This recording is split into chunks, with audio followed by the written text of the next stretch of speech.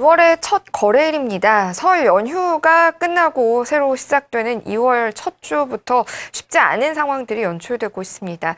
게다가 또 시장에 노출된 재료들이 IT주에 또 크게 영향을 미치기도 하는 모습들인데요. 어떤 이야기들이 나오고 있는지 이슈들 하나씩 파악해 보도록 하겠습니다.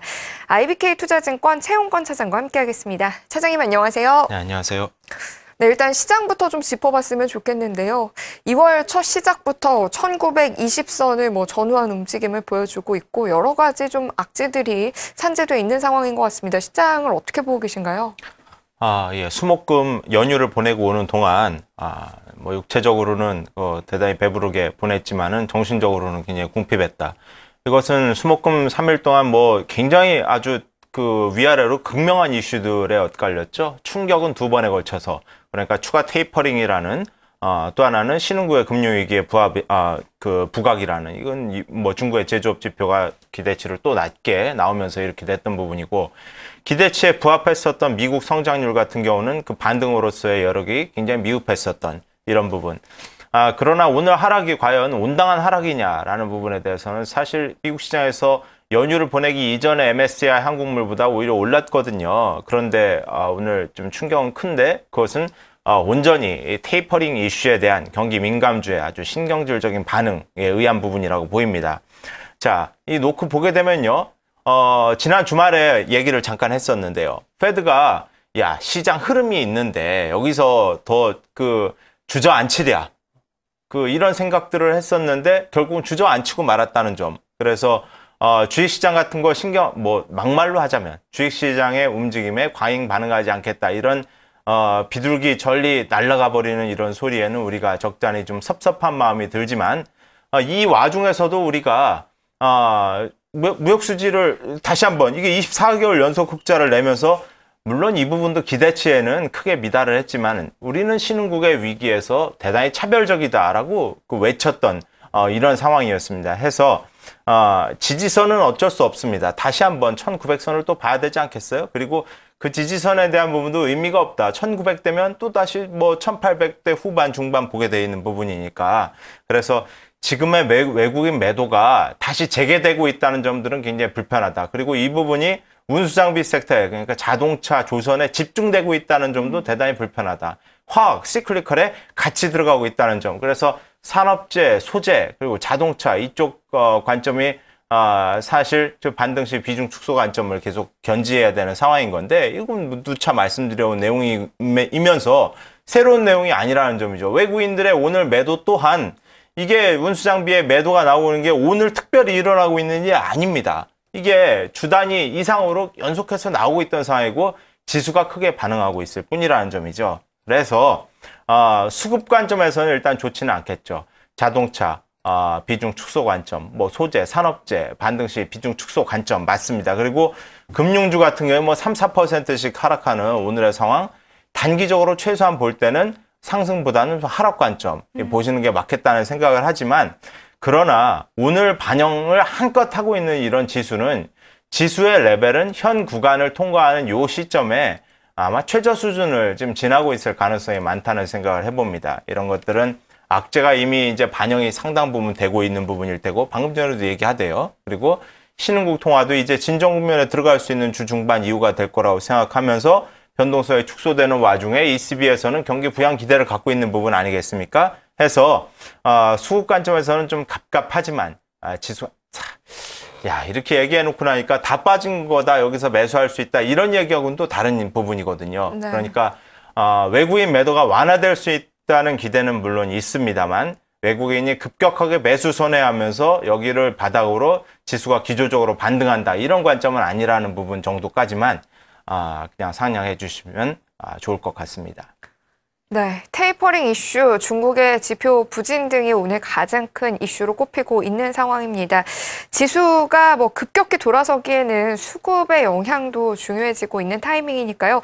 좀 멀리서 한 시각 더 좀 떨어져서 바라보라고 이야기를 해주셨고요. 특히 오늘 3천억 원 넘게 팔고 있는 가운데 운수장비업 중에 1,200억 원이 넘는 매도가 쏠리고 있습니다. 이들 업종에 대해서는 지금 당장은 좀 반등 시 매도 관점으로 접근을 해달라고 이야기를 해주셨으니까 함께 참고해 보시길 바랍니다. 자, 그렇다면 좀 더 구체적인 이슈들을 살펴보면 도움이 될 것 같은데요.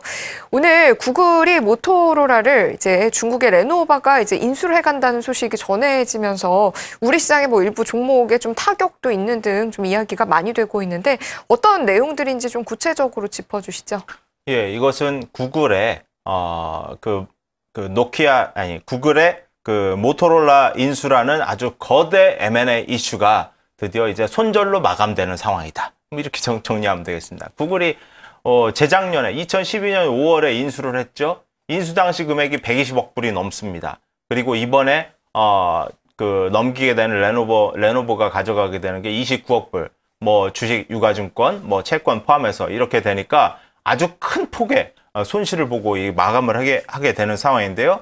통신 특허에 있어서는 거의 17,000건을 여전히 구글 소유로 하게 되기 때문에 안드로이드 생태계를 강화하겠다는 기조의 어떤 방침들은 유지될 것으로 기대를 할 수 있는 부분이고요. 이것은 우리나라한테 뭐 좋은 부분이 되겠죠. IT 업종들한테. 그리고 레노버 입장에서 볼 때 이게 중국 내에서만큼은 그 MS 2위사의 강자 아니겠습니까?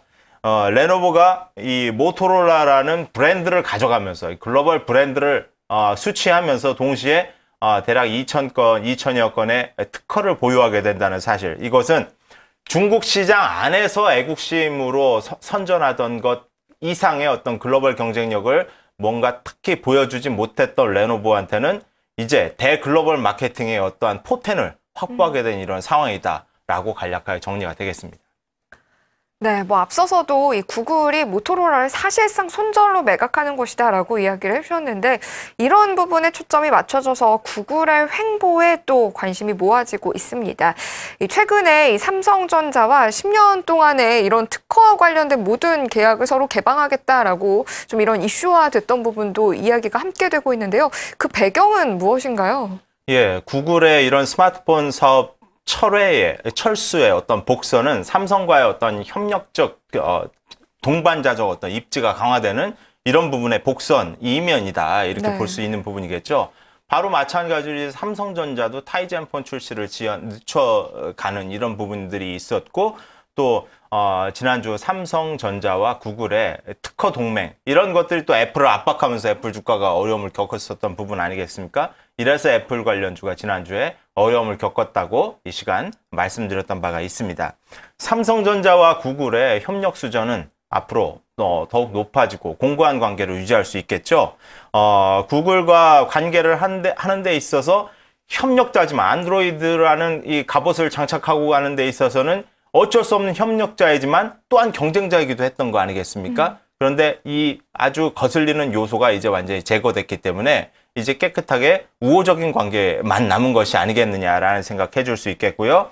이런 차원에서는 작년 뉴욕에서 갤럭시 S4 언팩 때 그 행사 때 감지됐었던 양사 간의 미묘한 어떤 긴장감이 이제 완화되고 해소되는 국면으로 그리고 전략적인 동반자 관계가 공고해질 수 있는 이런 계기로 생각해 줄 수 있겠습니다. 중장기적으로는 이제 모토로라를 가져가게 되는 레노버에 있어서는 우리한테는 이게 굉장히 부담스러운 요소가 될 수밖에 없는 요인이라고 생각하는 거죠. 네. 그 삼성전자한테 대단히 부담스러운 변수가 될 수 있을 것이다. 삼성전자는 이런 차원에서는 스마트폰 의존도를 낮추기 위한 노력들, 연구 개발들, M&A들 이런 것들에 우리가 기대가 높아져야만 하고 그런 것들에 뭔가 그 가시적인 어떤 성과들이 있어야 된다라는 생각들을 해보게 되는 겁니다. 레노버가 갖고 있는 제조 경쟁력 그리고 이번에 갖추게 되는 브랜드 시너지 그리고 지역으로 확장할 수 있는 이 북미하고 미국 쪽에 이게 이제 이따 얘기할 기회가 있겠습니다만 L전자가 전략적으로 추구하고 있는 그 해외 시장이거든요. 그쪽으로 확장될 수 있는 이런 효과들은 충분히 위력적이라는 점 우리 삼성전자와 IT 업체 전반에도 생각해 줄 수가 있는 부분이겠죠.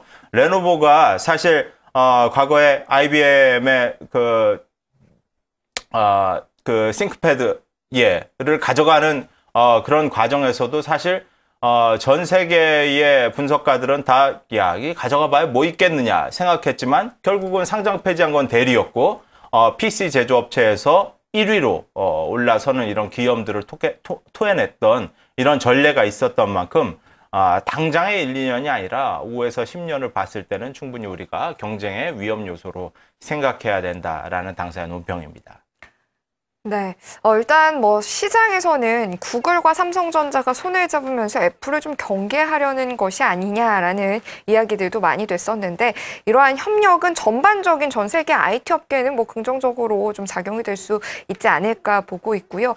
이 레노버가 사실 좀 마음에 걸립니다. 이에 대한 영향은 살짝 좀 삼성전자가 받을 수 있지 않을까라고 분석을 해주셨는데 오늘 나왔던 이 전반적인 이슈가 국내에 좀 미칠 특히 IT주에 미칠 영향이 어느 정도 될 것이라고 보시는지 뭐 종목도 함께 좀 말씀을 해주십시오. 휴대폰 산업 전망에 대해서는 기존의 입장이 크게 변하는 이슈는 아니라고 생각하는 거죠. 산업 전반적으로는 원래도 보수적이었고 그래서 삼성전자가 계속 어려움을 겪고 있는 부분인 것이고 그 고가 스마트폰이 둔화되는 과정인 것 그리고 뭐 지난주까지 시장을 관통했었던 애플의 가이던스가 떨어지고 있는 이런 부분들 그리고 경쟁이 심화되는 이번에 레노버 사태로 인해서 이러한 부분들에 대해서는 분명히 휴대폰 산업 전체의 시각이 낙관적일 수는 없다라고 생각할 수 있겠습니다. 그리고 종목으로 볼 때는 오늘 LG전자가 아주 큰 폭의 어려움을 겪고 있는데요. 스마트폰의 그 3위라는 어떤 상징적 지위에 네. 적신호가 확 들어온 거죠. 그러니까 사실 증권업하고 대단히 비슷한 거예요. 이게 보게 되면 1, 2위사는 저만치 위에서 구름 위를 밟고 있는데 3, 4, 5위사는 다 거기서 도토리 키재기들을 하고 있는 이런 상황이거든요. 1, 2위사 삼성전자가 글로벌 MS 30%, 애플이 15% 가져가고 3, 4위 가서는 뭐 4%, 5% 이런 수준인데 이제 레노버가 모토로라를 안으면서 6%대 3위사, LG전자가 4.8%, 5%가 안 되는 이런 것은 뭐랄까요? 안 그래도 그렇게 큰 의미를 부과할 수 없었던 3위사라는 지위에 그마저의 상징적인 어떤 지위마저도 박탈당하는 이런 부분일 수 있을 것이다라는 생각. 그리고 아까 이야기를 잠깐 했습니다만 이번에 레노버는 이제 LG전자한테 적극적으로 위해를 가하는 부분인 거거든요. 왜냐하면 MS도 비슷비슷하죠. 네. 그리고 또 사이즈도 비슷비슷하고 전략 시장이라는 부분도 미국, 북미. 그래서 전면적인 충돌이 불가피한 부분이기 때문에 충격을 그대로 고스란히 안고 있는 부분인 거겠죠. 모토로라의 브랜드의 중남미를 공략하는 이런 시장의 지위까지. 이래서 그 LG전자 입장에서는 저희 회사 표현으로 발등에 불이 떨어졌다라고 얘기 드릴 수 있겠고요. 휴대폰 쪽에서는 일단 그렇게 크게 수혜주를 골라내기는 좀 어려운 상황이 아니겠느냐 생각하게 되고.